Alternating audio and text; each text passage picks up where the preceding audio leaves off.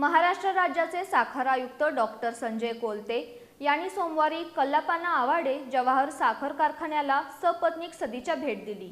यावेळी साखर आयुक्त यांनी कारखान्याच्या ऊस विकास योजनेतून कृत्रिम बुद्धिमत्ता AI तंत्रज्ञानाद्वारे ऊस शेती केलेल्या कसबा सांगाव इथल्या सुरेश नाभिराज मगदूम या सभासद शेतकऱ्यांच्या ऊस शेतीची आणि तळंगे इथल्या कारखाना पुरस्कृत जवाहर सहकारी पाणी पुरवठा संस्थेमार्फत राबवण्यात आलेल्या 100% क्षेत्रावरील स्वयंचलित ठिबक सिंचन योजनेची पाहणी करून समाधान व्यक्त केलं। त्यांच्यासोबत कोल्हापूर विभागाच्या प्रादेशिक सहसंचालक साखर सौ उज्ज्वला पळसकर उपस्थित होत्या। महाराष्ट्र राज्याचे साखर आयुक्त डॉक्टर संजय कोलते यांनी सोमवारी कारखान्याला भेट देऊन उभारणीपासूनची सविस्तर माहिती घेतली।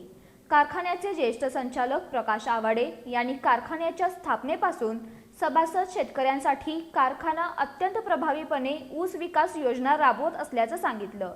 कारखान्याच्या मशिनरी उभारणीपासून सहवीज निर्मिती, कृत्रिम बुद्धिमत्ता तंत्रज्ञान, सभासद शेतकऱ्यांसाठी विविध कल्याणकारी योजना इत्यादी बाबत विविध उपक्रमांची सखोल माहिती दिली।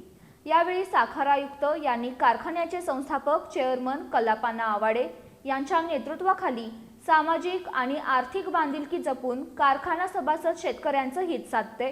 कारखान्याच्या कृत्रिम बुद्धिमत्ता ऊस शेती तंत्रज्ञानामध्ये भाग घेतलेल्या शेतकऱ्यांचा आणि ठिबक सिंचनासाठी सहकारी संस्थेचा सहभाग हा राज्यातील इतर कारखान्यांना अनुकरणीय असा असल्याचं नमूद केलं।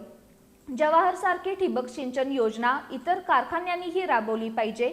कारखान्याने आतापर्यंत शासन, शेतकरी, कामगार, वित्तीय संस्था अशा कोणत्याही घटकाची थकबाकी ठेवलेली नाही।